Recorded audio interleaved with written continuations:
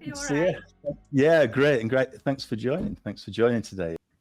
As a beginning point, I think, in terms of therapy, what was it that, in terms of your history, your background, in terms of work and life, what was it that sort of brought you to that point of Yeah, thinking about becoming a therapist? Because it's quite a curious career, isn't it, by all accounts, in some ways? it is, and it's not a When did you straight first- line, and it's not a particularly short story, I suppose, because even when I was at secondary school, I knew I wanted to do something with people, and Mhm. I'd spoke to my parents about becoming a social worker, and they were like, "No, you won't deal with that very well." And I believed them, so I took a completely different slant. And they were right. I know in hindsight, social work wasn't what I wanted, but I didn't know what counselling was back then because I'm in my 50s now, so it was very different, and I was very working class background and all the rest of that, and it's kind of like it just wasn't a thing that was even in our awareness, really. Anyway, so big do's and little do's. The bit that really made me consider counselling was attending counselling myself, first of all. And then secondly, I became an executive coach through the previous role that I was doing as a learning development officer. And it's very task focused and very organisational driven, as you can imagine. But there was an awful lot of conversations that were happening with my coachees that weren't based in the professional, they were based in the personal. And they were telling me a lot of information, just being caught in the moment, really. And there were times when I knew that I couldn't keep the information safe, but also that I wanted to protect the privacy of that person as well and respect what they'd shared with me.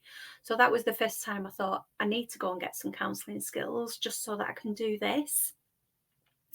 And it's from there that I kind of got the bug, and always expecting to be kicked off the course, kind of like, no, you're not doing it right. No, you're not, you're not a good enough listener and all the rest of it. And that never happened, and I'm still in it. So, yeah.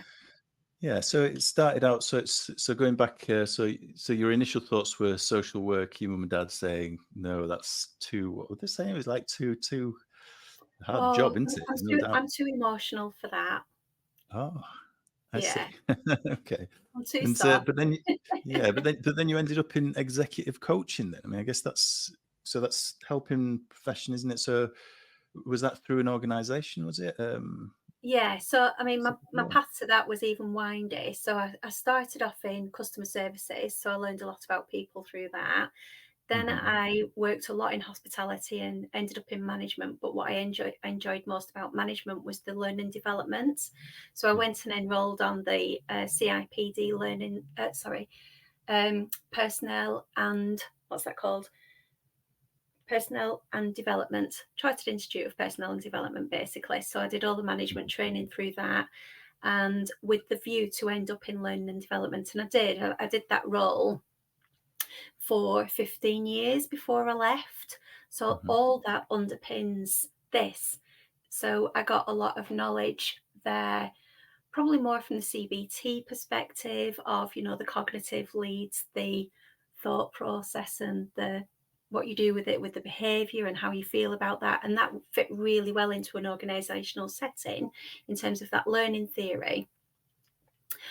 But it kind of left this big hole in the emotional stuff because that's not what I was there to do. But I didn't have the skills to do it either. But it was the executive coaching side of it that I got trained in whilst I was working in that learning development role that really opened that up, and that I really felt that people are telling me a lot more than they realise. Or, I mean, even to the point where sometimes somebody would tell me something and then they couldn't look me in the eyes for 2 months afterwards when we crossed on the corridor. They were really quite shocked by what they'd shared with me and how comfortable they'd felt and safe they'd felt. That's the feedback that they gave eventually. So, but I didn't know about contracting for it. I didn't know how to contain it properly. I didn't necessarily want it going to any safeguarding, and I wanted it to stay in their hands. So it caused a lot of ethical dilemmas, really. I was going to say, because that's actually quite an important point, isn't it? I guess when you're talking about the differences, I think this is really what we sort of try to highlight in this. You start talking about the differences between coaching, counselling. What is that? And a lot of therapy is based around that therapeutic framework in contracting, isn't it? And Yeah. but you could feel that in that initial job. You could feel that sense that Yeah. that it was missing. Yeah. Yeah, and I did go as far as writing a contract in the end, even though it wasn't an organizational one. In terms Hmm. of my role, I wrote a contract that kind of explained confidentiality as I understood it, Hmm. um, just to kind of create some kind of container for the Yeah. work and to explain this is as far as I can go with this, or you know, I think at this point we need to involve somebody else. Hmm. Um, and to give, I think more than anything, to give myself a sense of safety as much as it was for them. But I Yeah. think some of it was to capture them, almost like an informed consent, if you will. Like, do you know that this is how much you're telling me, so that they Yeah. could pull back if they wanted to or continue. Yeah. Yeah. Yeah, it's that working back. It's that working relationship, isn't it? So you sort of realize that more defining around that is Yeah, helpful. But I guess that sort of informs your practice today, doesn't it? I mean, obviously, counselor training, that's a big part of what you look at, isn't it? About that containment. yeah, So that led you on, and like you say, you went on to do counselling course because you see started to develop a skill set. I guess it's sort of curious for me is like you say, because you were aware of the CBT principles, you were aware of that kind of thing within organisations. But what was it in terms of your initial training? Because I always think there's so many models in therapy, isn't there? So many different yeah. kinds of models, effectively. What was it that sort of spoke to you? Why did it speak to you in such a way, or was it just random? I'll do that course kind of thing. Either way. It wasn't random. No, part of my Okay. frustration about about work is obviously work's got an agenda. You know, there's a reason why we go to work, and we Hmm. have to maintain the work's agenda. And you know, there's a degree of we get paid to do a certain job, and there's a conflict in that sometimes. And that kind of came up for me. It's like I will never look back and think I'm not glad for that job because I learned a lot. But um, one of the challenges that was there for me was that I was increasingly aware that I was working to the work's agenda rather than the personal agenda, and hearing those two rubbing up against Yeah. each other and sometimes the conflicts between that. So I first of all went for training in a person-centered course. That was my level 2 and level 3 in listening and counselling skills. Hmm. And the lecturers there were very person-centered. That spoke to me. That's still my core philosophy in terms of the client is expert, the person that I'm speaking to knows what's important to them, and that we bend so that we can thrive in the environment that we're in. And I could really see that in that organizational setting, which was in professional services. You know, the idea of we put a suit on to come to work is not because that's what I want to do, it's because that's what's expected of us. So those core principles of like, what parts of myself am I taking to work, and then what parts of myself do I have to leave behind and pick Hmm. up at the end of the day, perhaps, was Yeah. really speaking to me. Um, yeah, really, really speaking to me. So that person-centered um, principle Yeah. that I still lead with was really strong. And it's But I quite. also knew, sorry, Ben. Sorry, go on. I was interrupting there. You also Sorry, knew. I also knew that I didn't want to leave behind what I'd picked up, which was Mm, the adaptability of people, that if they have an idea of what it is that they're trying to achieve, with a little bit of a nudge, they can get there. So I wanted the integrative practice. I didn't want to let go of all the learning theory that I'd got and all the strategies to facilitate learning yeah, that I'd kind of put under my belt. yeah, I don't think I mm, could have done that. I didn't see myself as a purist at all. yeah, yeah.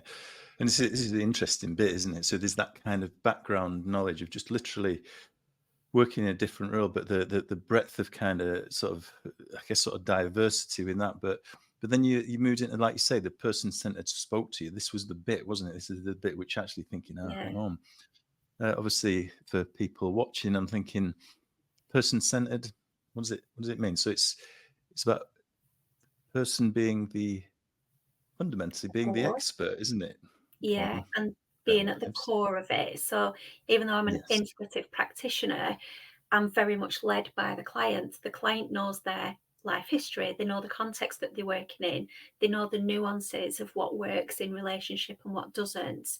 They understand to some degree what they need. You know, the challenge in therapy is not often what we need, it's the fact that we can't get it. Yeah. And it's about peeling back the layers to work out, like, well, what do you actually need versus what do you want, and how do you get it? Yeah.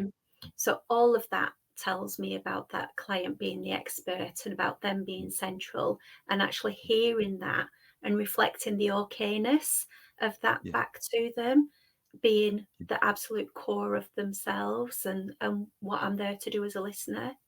Yeah. Yeah. And that's the power of it, isn't it, in some ways, Yeah. because in it, people realize their own consciousness and they really get to the heart of what it is that they really kind of need and what you're saying. And you're providing obviously the core conditions which Yeah. facilitate all that in that Yeah. process. Definitely. And I had to work really hard at Congruence, which again was, it figured because I was molding myself into what my organization needed me to be.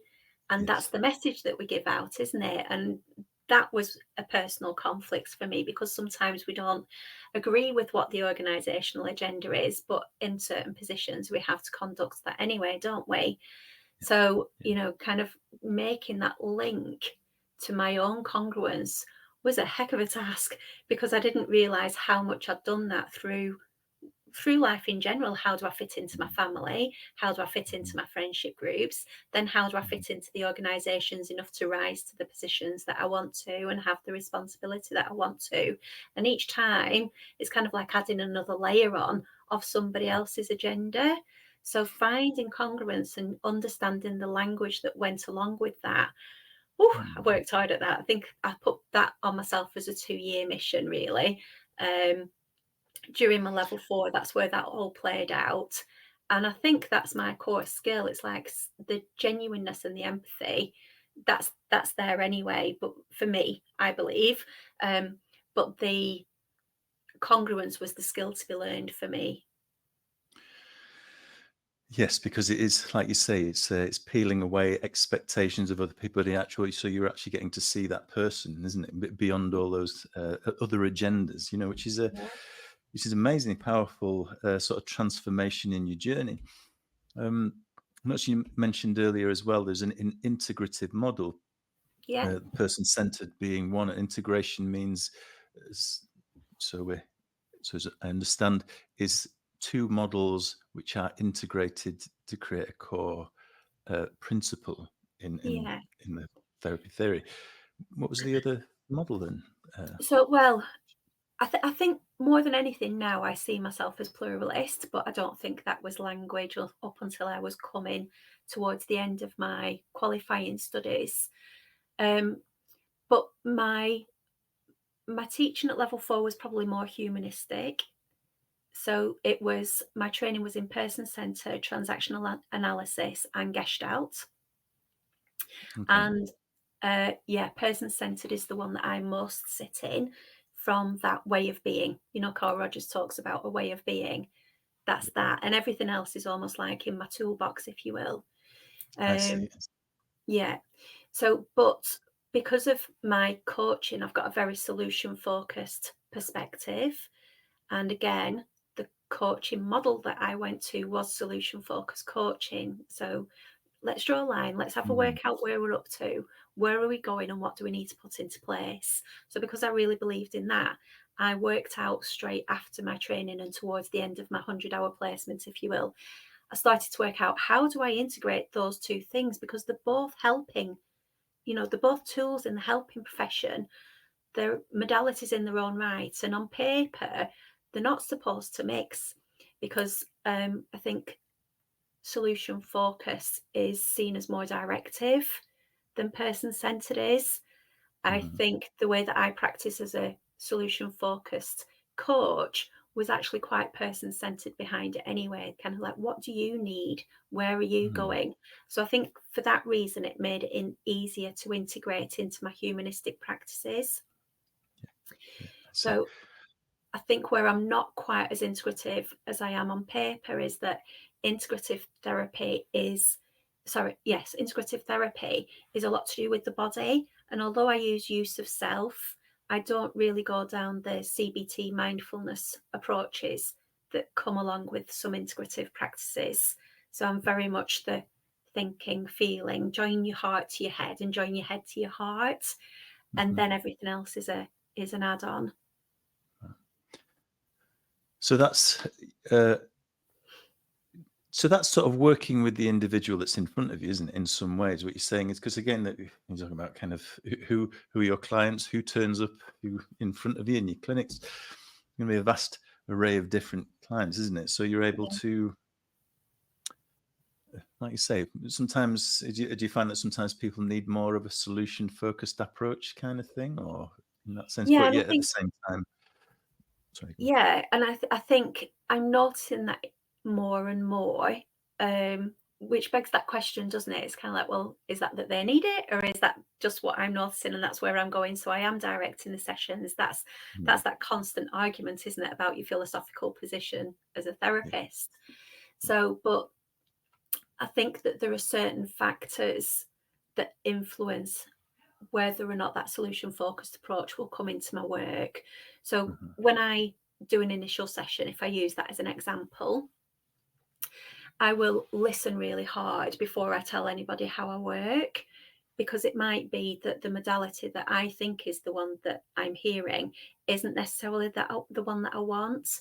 So the first session is about gaining as much context as I can, so that then I can then offer to the client, this is how I'm thinking that the work might go. Occasionally there are situations where there's a 50-50 chance. It's like, do you want to look backwards or do you want to look forwards?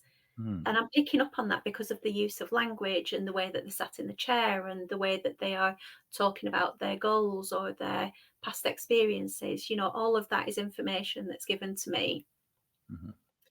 And because it is informed consent, and I think because there is a lot of confusion about what therapy is, it's right and proper that I say, this is what I think I'm hearing. This is how I'm thinking of working with it. What do you think about that? It's the client's therapy, it's not mine. So even though I might have influence on it, I seek that permission to go in the direction that the client wants. So some of my therapy is all looking back, and the future's kind of there, and we know that we'll get there and that the past will inform the future. And other people do want that. I want to know where I'm going. I haven't got a clue how to get there.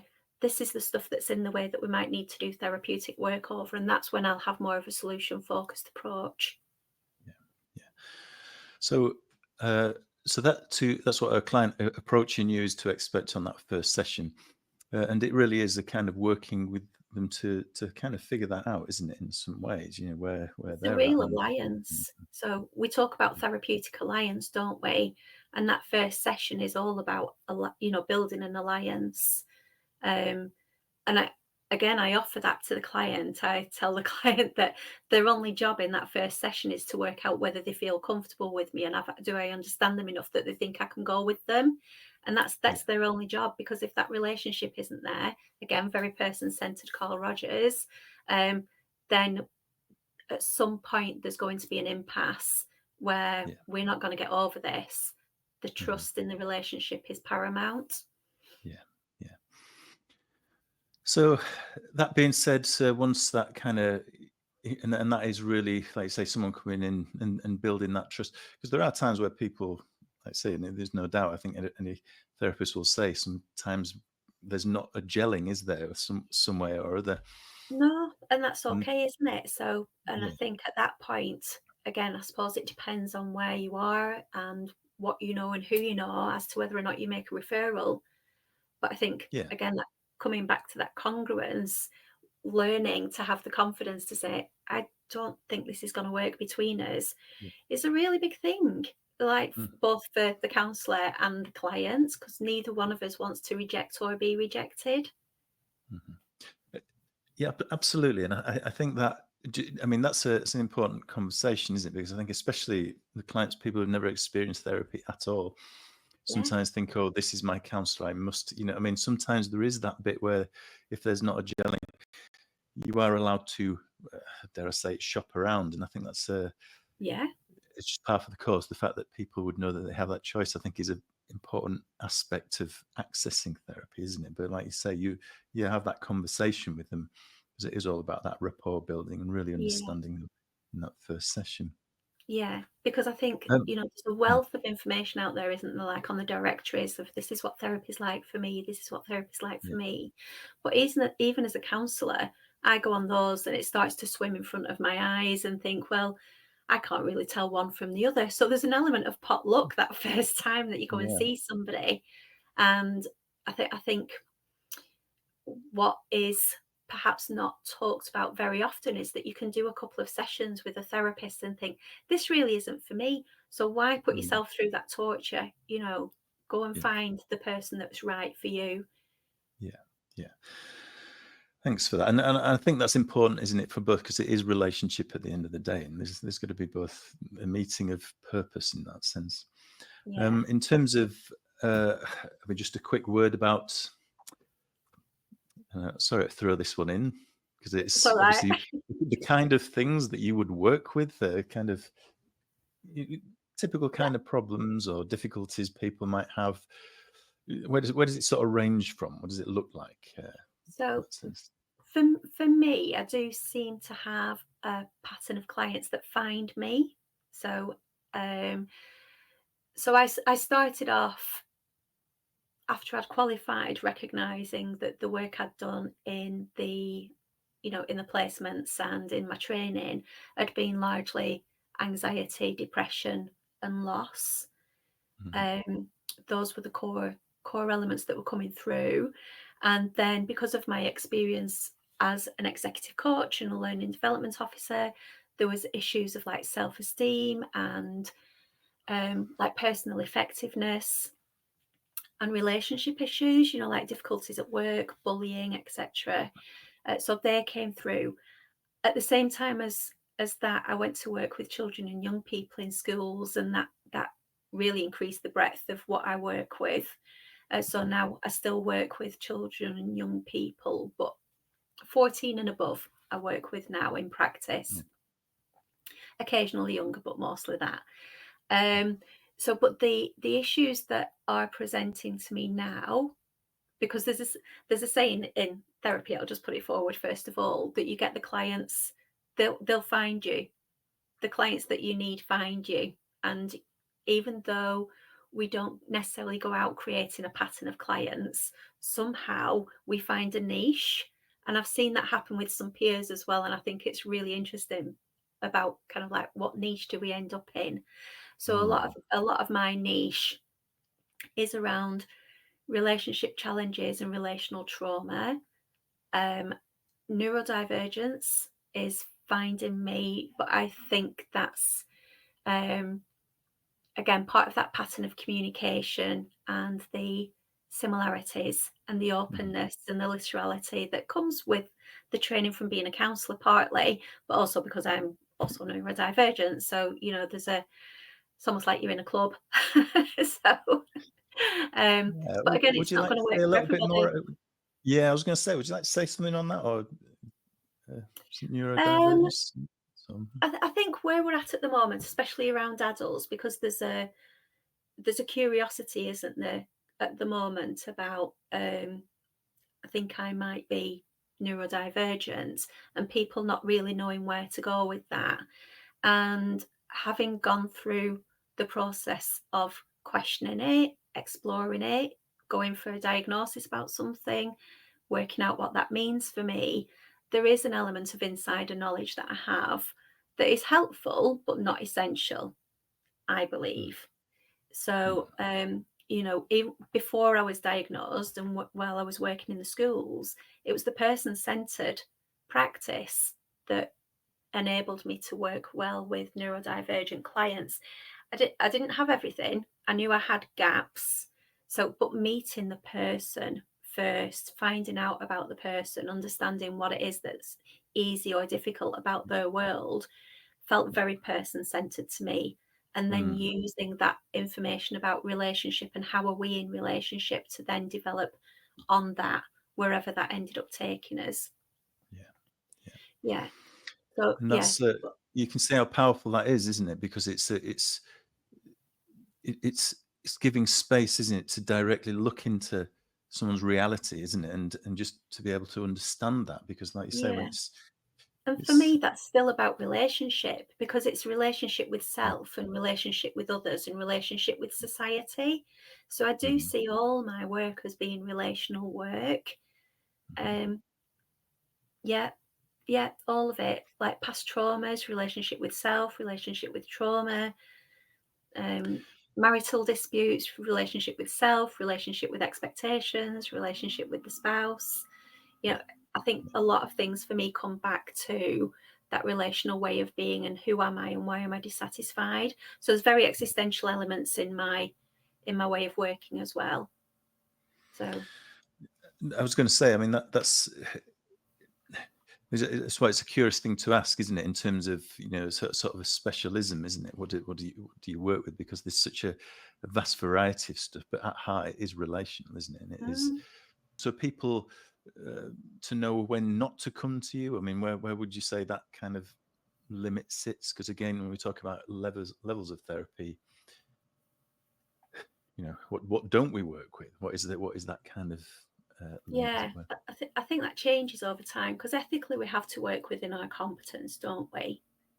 And it's right and proper that we do that. And I think it's a curious thing. So I've got a bit of a fascination about competence, because that history in learning and development hasn't left me. And how do we measure competence? How do we know that we can work with a certain client group if we haven't done that before? It doesn't mean that we can or we can't, but the question boils down to, can I be safe? Hmm. And I think, especially in those first few years of after qualifying, it's kind of, there's constant research that's going on about, like, this is what the client's brought to me.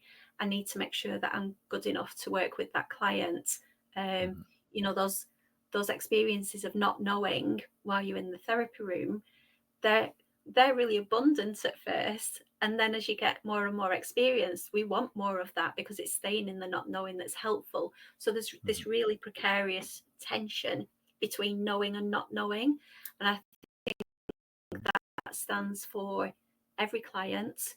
So however many cases of anxiety I've dealt with, it's still unique to that individual, even though there's a part of my brain that goes, oh, I know what I'm dealing with here. Yeah. It's not helpful to go there for the client. So staying in that position of not knowing is really Mm. valuable. And I think that's competence. Yes. The recognizing what I don't know demonstrates an area of competence. Recognizing, perhaps with the help of your clinical supervisor, like, is this outside of my remit? Where can I signpost to? Is an extra layer. And that's where the ethicality comes in. Hmm. But I think there's something about comfort zones, stretch zones, and panic zones, isn't there? Kind of like, where do I feel comfortable in my practice? Can I give this client what they deserve? And if I can't give that client what they deserve, then that's that's that gentle, could I signpost you to somebody else who'll be better for you? Yeah. Yeah. So that sense of awareness is part of it, isn't it? In some ways, where that's part of that assessment when you're working with someone. But it Yeah, might be, yeah, just like what was said before, signposting elsewhere.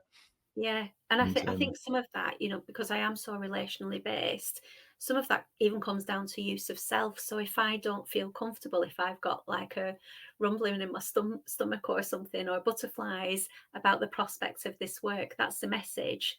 So yeah, that all that training, and yeah, it's not just about the client. My mm, first strap line on my business was, it's all about you. And then within 18 months, I thought, I can't put that on. It is about you, but I'm using so much of myself to work out where I'm going. Does this feel safe? I thought, it's not all about them, it's all about us. was- wow, it's so Yeah. powerful. I mean, just even listening to this, when you think about your journey into therapy, starting from, like you say, early age, isn't it? But the avenues and Yeah. uh, experiences that you've had that has led you to this point, and continuing to develop. I think that's the thing, is it's not an end point, isn't it? When you're a therapist, it sounds like you. No, definitely not. I think that's the bit that perhaps should be mentioned when you go for therapist, when you join for a therapy course, Yeah. because it's lifelong learning commitment. And I think when you get to that point of, oh, I know this now, you're not helpful to your client anymore and it's time to get out. So, Yeah. but in my opinion, and I know it's a popular opinion, but it's my opinion that if I don't know who I am in the room, then I'm not okay in the room with the client. Yeah. Yeah. So, there's constant exploration, which is a blessing and a curse. Sometimes it needs to come with a health warning, because therapists are in therapy. Therapists go to supervision. Therapists are doing their own reflective writing and journaling to make sure that when we go in that room, we can be solid enough to deal with whatever it is that's coming in the door, and not to be reactive, but so that we can be responsive. We've got to be grounded enough. And for me, I can only do that if I have a greater and greater understanding of who I am and what kind of buttons get pressed by me, or where my mind might wander off, or when that might trigger a past experience memory. Yeah, it's quite powerful, isn't it? When you're working with clients, I think you just when just catching on what you said there. I think especially if there's a projection, because again, a lot of professional help is about the professional help being the expert in the circumstance. You go to accountant, for example, they answers about how that kind of works. That's it. Yeah. But in therapy, it's a very different thing. Just what you're saying. So when someone comes in, and I personally find this one of the most challenging, when someone says, "Oh, well, you're the expert. You tell me." Yeah. And you've got that to deal with. But that's. I mean, do you find that quite difficult when if somebody is expecting that from you? I know I did. For quite a long time at the beginning of my practice. It didn't happen to me when I was volunteering, because you say, don't you, in your contract, it's like, I'm a trainee counsellor, and it almost sets the client up to go, oh, they're not going to know everything, that's okay, and they understand what that involves. But as soon as you say, I'm a qualified counsellor, it brings a certain amount of weight with it, doesn't it? And it kind of like, it can be a bit scary sometimes. And I have had clients say to me like, well, what am I paying you for then? You're charging how much for that? It can be really confronting. Yeah. So, but I think there's something about finding a language about how we have that communication. For me, it's in the contracting and there on in afterwards. With certain clients, that can become part of the game of therapy, if you will, kind of like it's part of that relationship, that we get teased about not knowing the answer, or that I don't want somebody to walk alongside me. I just want someone to tell me what to do. They're like, yeah, and I think, again, my congruence is what saves me. If I think about saving myself, saves me in those situations, because it's not that if I didn't have the answer, if I did have the answer, I wouldn't give it. It's just that genuinely, I don't think my answer is going to fit for you, and that's going to cost you more money in the long run and more heartache. So why would I do that?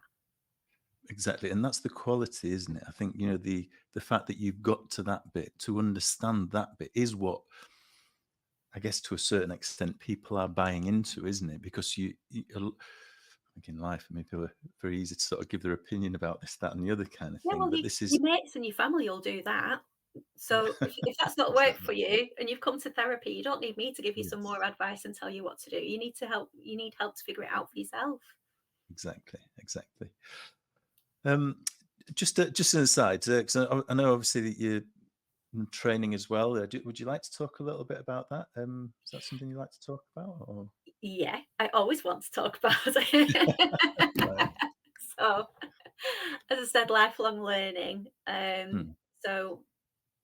So since, I mean, there might be bits of this that aren't really relevant for what you're aiming for. So, following my counselling, and because of that experience as a learning development officer, it was always on that business plan, if you will, that 5-year plan, that I'd become a clinical supervisor, Mm-hmm. because that Mm-hmm. incorporated my two professional worlds together to some degree. And that then led me to a master's, and now it's led me to a professional doctorate, where, you know, kind of questioning like how things work, really, I suppose, as much as anything. You know, the for those of you who are listening who don't know what clinical supervision is, basically every therapist has to go to clinical supervision as a way to oversee the practice that you're doing. So it's not a disclosure of every client that you've been seen in the last month and all the issues. It's kind of like, where are you situated in yourself and in the work? Are you doing the best work for the client? Is this ethical practice? What concerns have we got, etc., etc.? So it's that, and it's an aspect of the work that I also love. I love the fact that my work is so varied. And one of the things that I'm finding is the impact on the, you know, there's so many people in that room, basically. So if I boil that down to being a therapist, so I might be sat with a client, but the people that they bring to therapy, so either from their past or from their present or their hopes for the future, they're almost taking up space in that room. So, and then as we do that with clinical supervision, that gets bigger. So, and one of the interesting things that comes up for me is how much ethics and the organizations and the people who we work for, if you will, rather than to the benefit of, how much they're in the room. And I've got a real curiosity about that. And that's what I'm doing my doctorate studies on. So again, it's about relationship, it's about purpose. So there's common links all the way through to my practice as a counsellor. But yeah, that kind of like, why am I doing what I'm doing? So whose benefit is this for? Those are the questions that are constantly rumbling around in my mind. Yeah, absolutely. Every organisation. I mean, it's like NHS. It was short term. When I worked in the NHS, it was short term intervention. You get 6 sessions. That's it. It was all decided from some kind of business model. And in some ways, not everybody's. It's like fitting everyone into one shoe kind of thing. And that's, you know, which may be relevant a lot of the time, but in actual fact, it's a kind of curiosity. So yeah, a deep look into that. Yeah. So in terms of obviously people being able to access you, how do they contact you? How do they get in touch if they want to do some counselling with yourself? Yeah, so it depends what they want from me, really. So if they're a client, then they can contact me through Number 11 Counselling, and there's a website for that. I don't advertise on the directories for that anymore because the volume was too much. Oh, thank you. That looks nice. So yeah, that's my website. So that's that one. So yes, so a lot of my work through there is the one-to-one work that we were talking about before. But where we have clients, you know, clients might actually be in therapy and actually be going through the same route as me, kind of thinking, I want to do this, I want to do this. And we're open to those conversations as well. And there's a training company that we have. I'm saying we because it is mine, but it's kind of like other people are involved in it much more so than counselling. And that's called Training for Counsellors. Nice and easy to remember. So you can also find me through there through different questions. And yeah, for example, I can give you an example. There's a lady that I'm working with called Emily, and she's recognised that some of her clients are saying, I wish I could listen better. That would be really helpful for me. So it's another way in for clients to learn the skills to listen more effectively and therefore influence the relationships. So that's one of the courses that's available that's not necessarily set up to get you into counselling, but it's actually really valuable from a therapeutic perspective, because through that you're kind of like learning, how do I listen? Well, when I'm not listening properly, then what does that mean for me? How am I interpreting that? And then what am I doing with that information? So I think there's therapeutic value in different ways, which is why I've mentioned both websites basically. Yeah, no, I totally agree with that. I think there's something I even remember. I think many years ago. I just tried counselling. I didn't know what counselling was, but it was just a counselling course, learning counselling skills.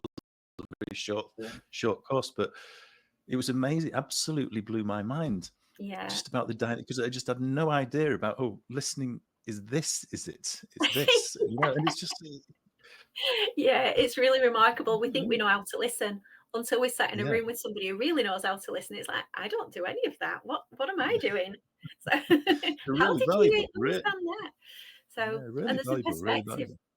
Sorry, mate. Mm. Yeah, there's a perspective, isn't there, of almost like magic's being done because you're listening, and actually all you're doing is you're listening and you're talking back at the level that somebody needs to hear it. And yet some people think there's a portion been spread in the room, or that I'm a witch. I sometimes get called a witch. So, which I've started to embrace now. I like it. So when actually all I'm doing is listening and going, oh, so you mean this? Wow, very powerful, wonderful. Thanks for your time, Sam. Thanks, Ben. Absolutely wonderful. I think what a journey, and I think the bit which is of great value. You just look at the journey that you've been on through, and continue. Yeah. It's like sometimes wonder and think about counsellors. They're like fine wines, that this sort of maturing and this beautiful richness that comes out of it, which is just fantastic. And thanks for sharing today. And I'll put your details on, because it's going to go on YouTube, but in the link below. Okay. And Thank you. well, Thank if you you. wanted, I was just going to say, if you wanted to come back, if there was anything, any sort of specific areas, because I noticed you talked about obviously relational trauma, neurodiversity. If there's anything like that you wanted to come back and just have a discussion about, you'd be most welcome. You Thank may you not very want much. to, but Thank you can. you. Once I figure out what I want to say, I'm sure I'll want to. So, but thank Well, you, Ben. yeah, thanks for your time today, Okay. Sam, and I'll see you soon. Okay. So I hope you found today informative and useful. If you're considering a therapy journey, Sam is just a wonderful therapist. So much experience, I think you've heard in today's video. Her details you'll find, just to reiterate, I think we've done that, number 11 counselling.co.uk. All the details will be on there. Post a link below as well. And also, if you want some counselling with myself, you can visit my website. It's benwardtherapy.com, and my email address is ben@benwardtherapy.com. But hopefully you've enjoyed today, and we'll see you again soon.